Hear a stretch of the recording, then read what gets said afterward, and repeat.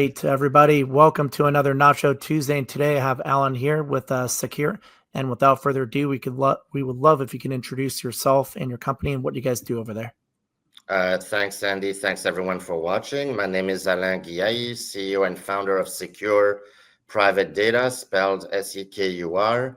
What we do, we are a Swiss-hosted secure and private communication platform. We offer email, messaging apps such as chat, and a VPN to consumers all the way to corporations. We have a unique features. Some of them are we have our own infrastructure. It is not hosted on third-party cloud like big tech clouds. Our own encryption. We also give you full anonymity and protection from intrusive hackers, so we don't ask for your phone numbers. And the best part is you can use Sekur with non-secure user. Our huge feature is our email with our Secure Send feature, which prevents you from being hacked as BEC attack, business email compromise, which is extremely common. So in a nutshell, that's what it is. And we are a SaaS market. So we offer monthly or yearly packages. Amazing. Well, what are some of the most common cyber hacks you see happening today? You mentioned chat apps as kind of being a hot one right now. Yes. So for example, we all know that the top 3 chat apps. So you got Signal, WhatsApp, and Telegram. What we have seen lately, especially with Signal, even at government level, defense secretary, state secretary being hacked, being impersonated using AI. So there's all sorts of intrusion. The key thing with all of these chat applications is that when you register and download, you have to give your phone number as you download the app. And with us, we have a vetting process. So there's no phone number. It's a username, password. Your username is private. And you can also vet who enters into your circle and your conversation. Some of the big hacks lately, yesterday there was one where there's people injecting malware into ads and tricking people to download Signal and WhatsApp. Another one, very famous one, of course, was when the Secretary of Defense was compromised and Secretary of State. Somebody essentially created an account on Signal and used AI to imitate the voice of the Secretary of State and calling other leaders. Because essentially, if you have your contacts on your phone and somebody can come in through knowing your phone number and data mine your entire phone book, they can communicate with those contacts and their contacts. So we offer a very unique kind of like a moat, so to speak, where your phone number is not the one identifier. It's a username, password. You cannot find someone through their name or anything like that. And even if you have their secure number, the recipient has to be able to accept you. So there's a vetting process. We have chats with group chat. We have all sorts of things. We have self-destruct timers. We have a very advanced corporate solution that we're launching this month. And you can segregate different users. In the financial industry, for example, we know that financial organizations, big and small, are being penalized by the Security Exchange Commission. So far, it's been about $3 billion in fines paid because their employees are not using record keeping in their chat. So a banker will chat with somebody else, most of the time using a WhatsApp or something like that, or a Signal. That is not compliant with the SEC. We offer record keeping, archiving, and a bunch of bells and whistles that an administrative can basically manage, right? So you have, let's say, 5,000 users, an organization, big or small, and we have a hierarchical system. So with our system, you can basically be FINRA compliant. This is for financial guys. FINRA compliant and also SEC compliant. If you're a law firm, if you're a boutique investment firm, or just anyone, you would need to have those kind of record keeping. Additionally, what's very unique is that you can use Secure Messenger to chat with a non-secure user. This is typically, Andy, the question that we get. We're not as big as those trillion-dollar companies, so not everybody will have Secure Messenger. So we have about 80 countries where you can send a text message to someone, invite them to chat. It's called chat by invite. In the US, you invite them to register their phone number first because FCC regulation requires that opt-in. And then after that, you can send someone an SMS. They click on a link and they open a secure browser on their phone or device and chat with you. You can also email them a link. In that case, there's no registration needed. And this is fantastic because it gives the business the ability to tell their customers, we care about your privacy, we care about your security, and you don't need to download anything and create an account. That's In great. the same way, we have also an email system that we'll discuss. So today, in terms of globally speaking, we offer Swiss data privacy laws on our proprietary infrastructure, which means that you benefit from the strictest data privacy laws in the world. We have a proprietary tech, and the best part is you can communicate with non-secure user. I'd like to add that by the end of 2025, we will add another feature, which is voice and video conferencing. And I'd like to add that we have no AI embedded in our tools. Now, I know AI is a big thing. This particular hack I was discussing earlier was with AI. AI is fantastic, but when you embed it into a communication tool, it's a Pandora's box because now AI can be used against you. So a benefit that we have that even at government level, people are telling us is really an asset is that we do not embed AI in our communication. So you get full privacy. Very cool. And do you see any potential? Do you guys identify if people are using AI by any chance? Do you guys have any identifiers for that? Like, let's say somebody's trying to impersonate somebody using AI. Are you guys able to flag it? Yes, not only we are, the whole thing is nobody. So in the chat, in the secure messenger, in order for somebody to come into your group, you need to vet them. It's basically impossible. They would have to buy a user account. You would need to know who they are. They need to know your secure number. So there's 4 or 5 levels. It's not like what happened, for example, with Signal, where somebody just came in because they knew somebody's phone number or they had the contact of the Secretary of State. They were able to come into the Signal ecosystem, create an account. I think it was rubio.gov or something like that. And then they used AI to imitate the voice. In our case, it's just impossible to have. And then when it comes to email, this is a great segue to our secure send feature. One of the biggest or the biggest danger today for any business, the minute you issue an invoice, the minute you pay an invoice, whether you have suppliers or clients, you're relying on your email to send that information. Most of the time, it'll have a wiring information or an account info. That basically gets compromised by the time it gets to the recipient or from recipient to you. And that is called business email compromise. Look it up, BEC attack.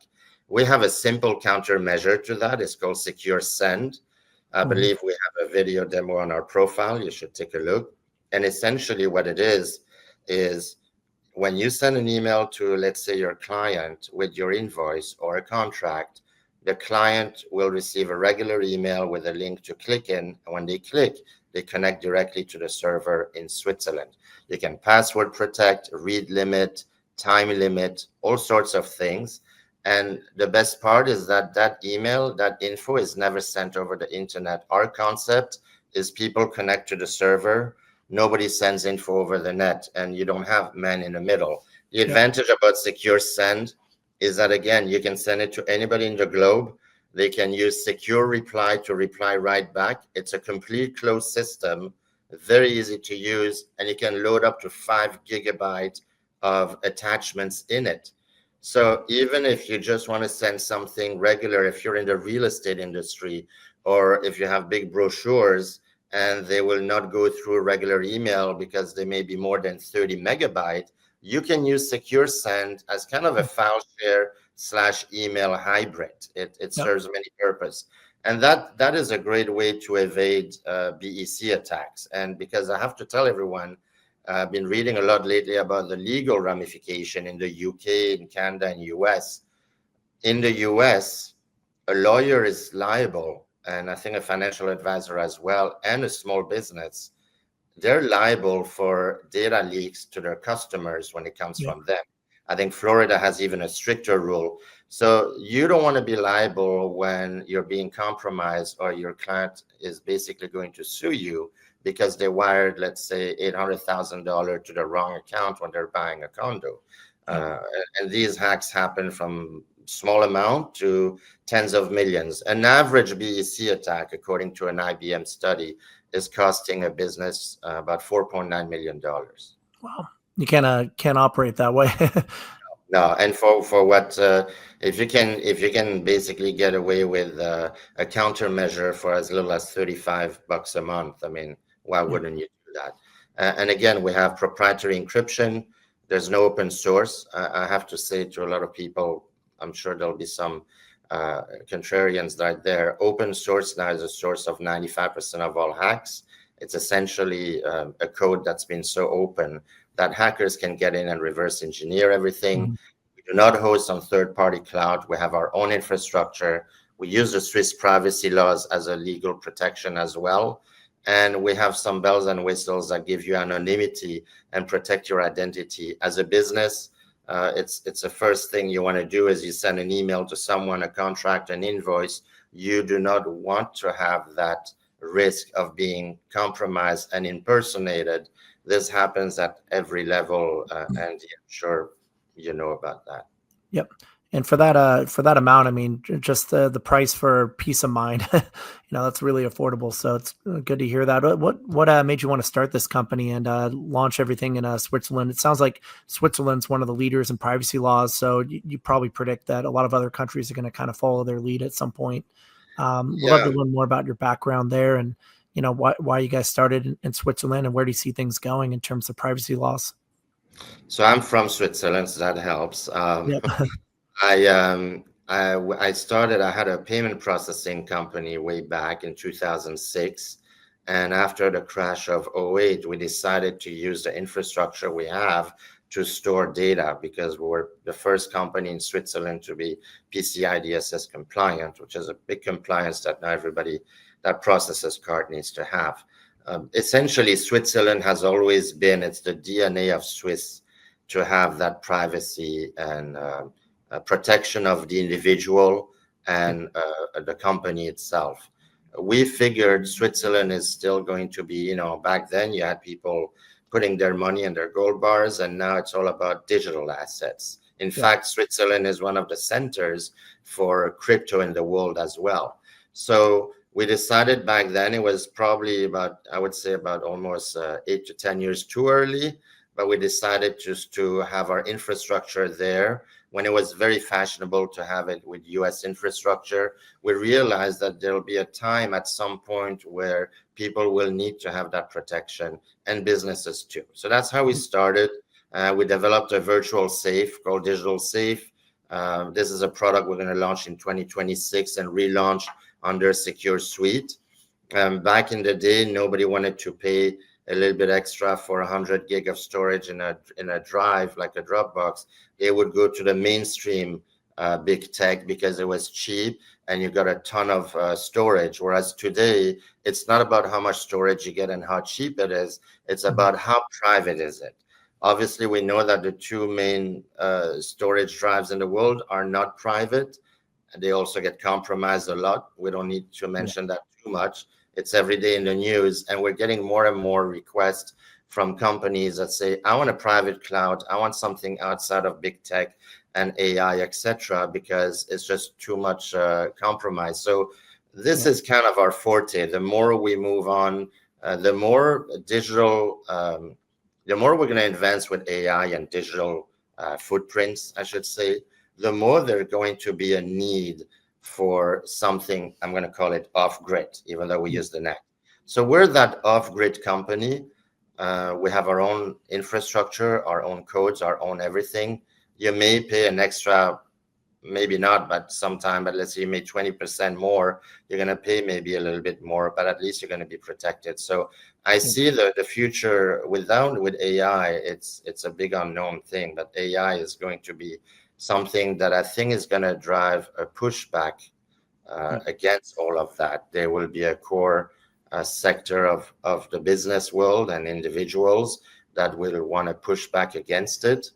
It's like a pendulum that swings too far. You need to center it, and we're at the forefront of that. So Switzerland has always been and will always be a place where privacy will be prime. You may not have the same laws in 20 years, but it'll still be better than what you have on the other countries, and more private than the European laws, the US laws, and so forth. I have to mention something because sometimes I get like this company, let's say somebody says, well, Proton Mail is in Switzerland too.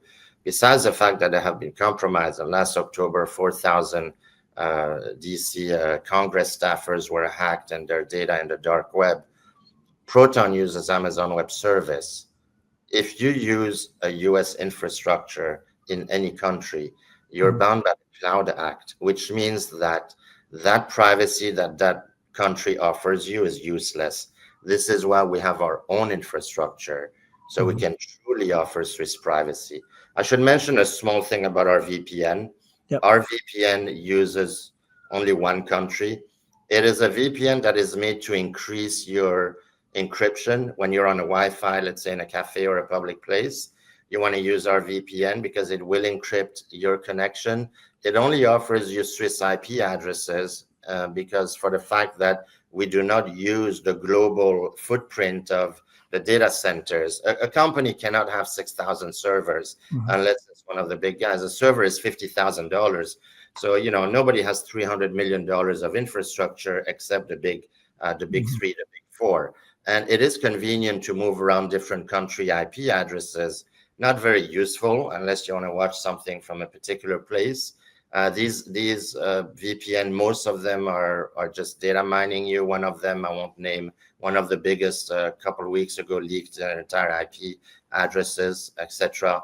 We offer you kind of like a high-end version of a VPN. And every time, of course, you log in and out, you get a new IP. But we obey the Swiss data privacy laws, which dictates that your IP address is your private property. This is a very powerful law, which basically means we cannot tamper with it. We can't just data mine you. So that's another, just to finish it off, we don't data mine anything. We don't location track anything. That is critical. How we store data, each person has its own individual multi-layer encryption, again, around each user, which uses tremendous amount of processing power. That's why the big techs don't do it, because it just would be impossible for them to do it, and expensive. And also, when you do that, you can't really see what's happening. I think we all know data sale is more important than data protection. And our niche little company decided to protect your data, and that's why you have to pay a certain price, because if you want something of value, you need to pay something for it. Yep, absolutely. Yeah, and a lot of these big companies make a lot of their entire business models are to make money or use your data. So it's inherently against their best interests, whereas you guys have designed something that's kind of the other way around, that's designed to protect the consumers. I guess what kind of level of expectations do consumers have for brands today in terms of privacy, and how can businesses meet those evolving expectations? Well, consumers today are more aware because of everyday hack, right? I run around a lot of these people, and they're looking for solutions outside of the main solution. I think for businesses, besides privacy, there's a huge liability when you are compromised. Businesses are looking at, privacy is more of an individual value, but for businesses, it would be more about, I don't want to have that BEC attack. So how can I prevent that? And there's an education to be had. There's more and more. We've been talking about BEC hacks for close to 8-9 years. People had no clue what it's about. I think in the last year, there's been so much that now, and especially with AI, it grew exponentially, that the knowledge is slowly coming, but the education is, listen, if you're a business and you have your database and your clients and you exchange information, you pay bill, you pay supplier, you have contracts, what happens when you get hacked? What happens when somebody impersonates one of your clients or your suppliers, and it's only after 3-4 months that you realize you laid out tens of thousands of dollars that went really to the hackers? or if your client got compromised because you were sending through your typical email provider. We all know which one is the largest in the business world. And what happened is that gets compromised. So I think businesses are looking at protecting themselves. They don't want the liability. They don't want to have the $5 million per occurrence loss as per IBM study. And that's what's driving businesses to look for solutions. Unfortunately, we don't have the $1 trillion market cap. We're a small company. So we don't have those budgets to tell everyone. This is why we go to places like NachoNacho, marketplaces, and evangelize everything.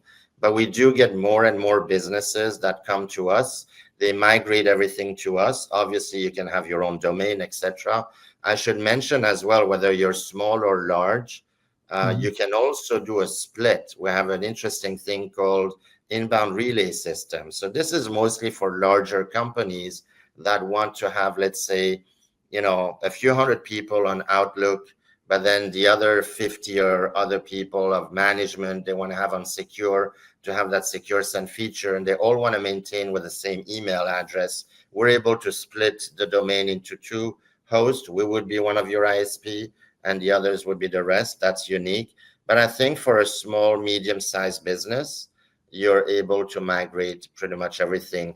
And again, we use Office 365. We just don't use the email component of it, because nobody has a choice unless somebody comes up with a new Excel sheets and words, which I don't think anytime soon somebody will come with something as powerful as that. We don't have a choice. We need to use the tools that we have, but some items we do have a choice, and mainly communication like email and chat. There we have a solution.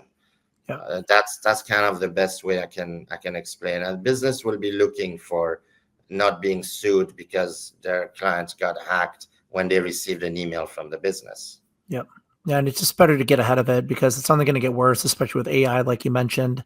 The attacks are going to become more sophisticated, and they're going to come at a higher frequency too, because the cost to do the hacks and the access to the technology to be able to pull off these hacks is becoming more accessible to more would-be hackers, if you will. Yeah, absolutely. And the email, it's a given, because I think people understand. I got compromised. I was paying an invoice, but I paid the wrong person. I think also we should really push heavily the stress on chats. Somebody was telling me in business in general, people chat a lot, and email is only used as a kind of a confirmation method. And this is true when you have a lot of financial advisors chatting with their client, or lawyers or other people. Everybody sends a chat or a text. I should mention, by the way, talking about SMS, that also gets compromised. The idea is when you use Secure Messenger, you are not using the telecom system. In other words, because we can invite you without you using your phone number, and we don't use phone number, we're kind of parallel. So we save you a lot against those hacks, like the last AT&T hack, for example, where I think about 300 million records were hacked, about 200 million people or phone numbers, voicemail, text, etc. So if you're a business and you're trying to send confirmation numbers or other things, instead of sending a text, obviously you're not going to send business things through these open chat things. But even as an SMS, I'd be wary of it. I would use something like Secure Messenger. It's going to get worse. AI is rampant. And the only good thing about that is that people are going to be more aware of it, and there'll be a quicker change. It's like the last 10 years, it was snail pace. Now the last 6 months, it's exponential. And we're here to help businesses. We have onboarding. We offer you an onboarding, personalized. All our support is in-house. We don't outsource anything. So we definitely offer you a good tailored service. And it's more of a premium service, but I think as a business, it's well worth it to pay an extra $10 a month and not having to worry about what you read every day in the news. Yeah, and there's some common ways that people could even hijack your phone number, right?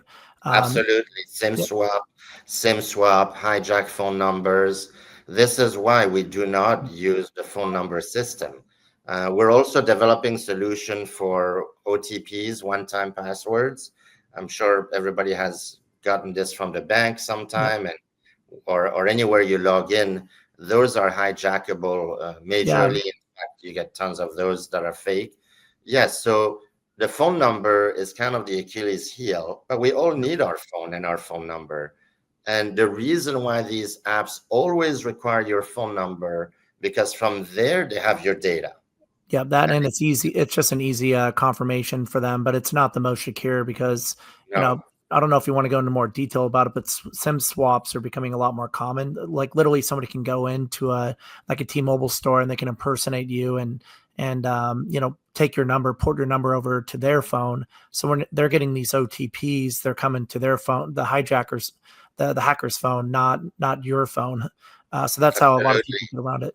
Yeah, and especially with eSIMs. Back in the day, you had to go and it took an hour to put a SIM card. Today with eSIM, you can be remote. Yeah. You can go on a website and order your phone and your eSIM. That website could be monitored by a hacker, and the whole transaction could be basically spoofed. So you're right, it's very scary, and unfortunately, it's prevalent. So that's going to be more and more. And you're liable when there's a SIM swap and there's a crime committed under your number or your name. It's going to take you tens of thousands of dollars in defense fees to prove that it's not you. So you're kind of liable at first. And if you're a business and you have been compromised even remotely, if one of your clients or two of you, if one of your client has been compromised because somebody was monitoring your emails back and forth, you can bet that all of your clients will be.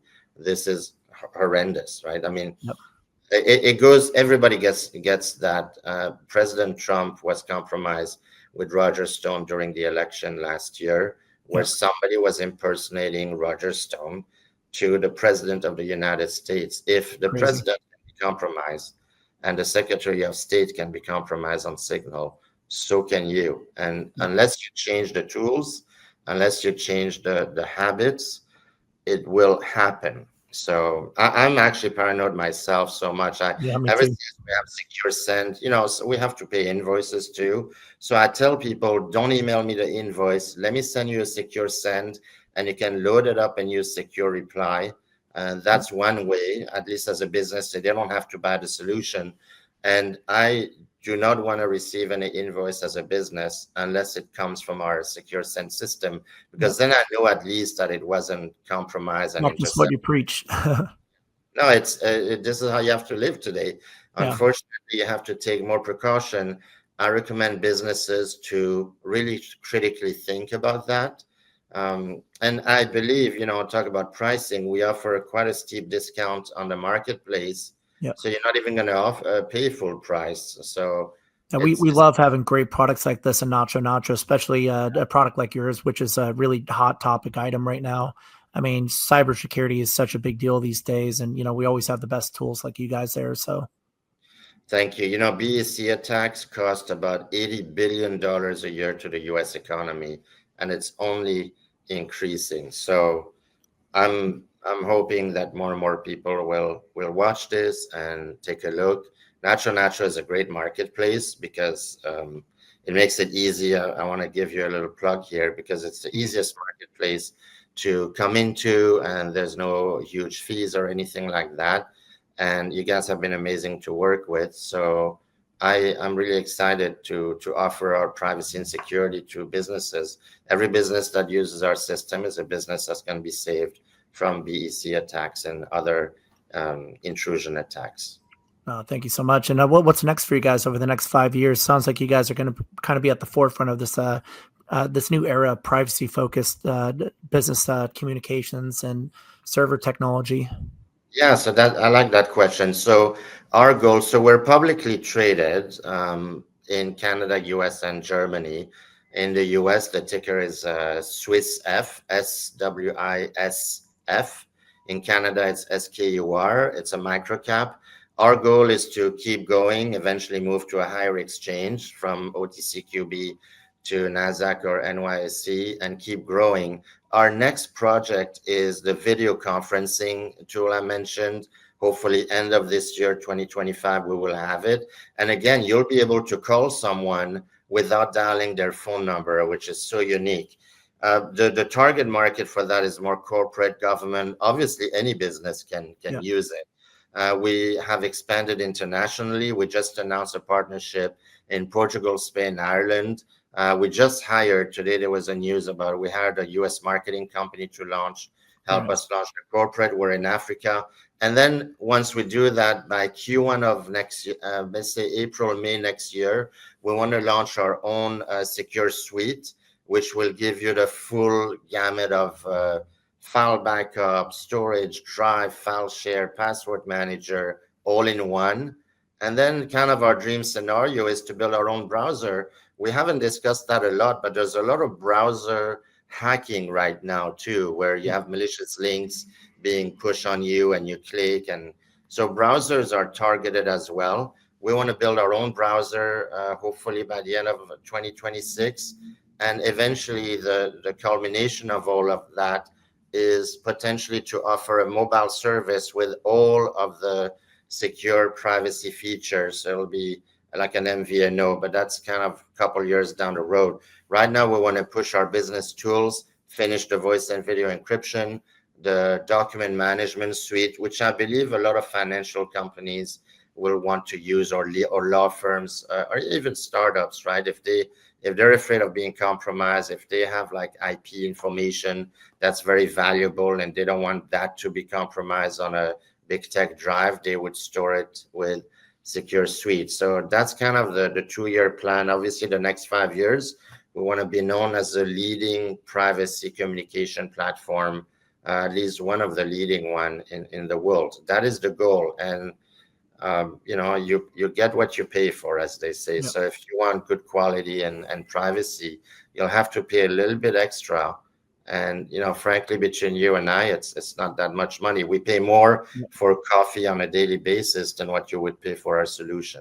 Absolutely. And privacy is not a commodity anymore. It's an expectation. So it's a premium feature you need to be able to offer your customers, even be in business for that matter. Like you said, one hack can cost on average, I think you said, $4.9 million. $4.9 million. Yeah, a lot of businesses couldn't survive. We're also launching in the entertainment industry. I should mention, you may have people in the entertainment industry, a young startup, musicians or anything. Entertainment industry is big because they have data, they have confidential info, they have intellectual property. And obviously, at a higher level, the famous stars have discussions on their phones. Contracts are being sent. We're also being approached by the sports industry. Yeah. So I think in general, I would tell anyone that has a business where you have to even issue an invoice, I recommend at the very least, get secure mail to have the secure send feature. If you don't want to move away from your whole ecosystem of your G Suite or Outlook, etc., at the very least, use a couple email accounts to use our system for these confidential back and forth. Definitely an invoice I would not send on a regular email. And then also, if you use chats for businesses, you want to make sure that you use a professional tool, because it's also a reflection of your business with your clients. Because if your client sees that you value their privacy and their security, it will give you kind of a notch up, and it'll build loyalty with your customers, because they will know that you value that very precious thing, which is their information. Yep. Yeah. And like I said, that's becoming the expectation. So, better get ahead of it. Obviously, you guys built your company out of Switzerland for a reason. Switzerland is the leader in privacy laws and protection. And it sounds like you guys are really leading the way there yourself with your technology stack. So, we're very excited to be partnered with you over at NachoNacho and listing your product in the marketplace. I would highly recommend anybody go check it out today. You can look up Sekur, that's Sekur. It's in the NachoNacho marketplace, your first stop for software savings. Or you can go to their website. I believe your website is sekur.com. That's it. Excellent. Yeah. Well, Alan, great to meet you today. Lovely chat. I think it's a very timely topic, so glad we're able to share this with other people. And hopefully, we might prevent a hack today from somebody listening to this webinar and save you a little bit of money and your reputation for your business. Thank you. Thanks, Andy. And thanks, everyone, for watching. Feel free to contact us anytime. We're also on X. If I may, I believe it's on the profile, but you can email connect@sekur.com. And we're happy to be part of the NachoNacho family now. Very excited to be in the marketplace. And thanks for having us, Andy. Absolutely. It's an honor. Thank you.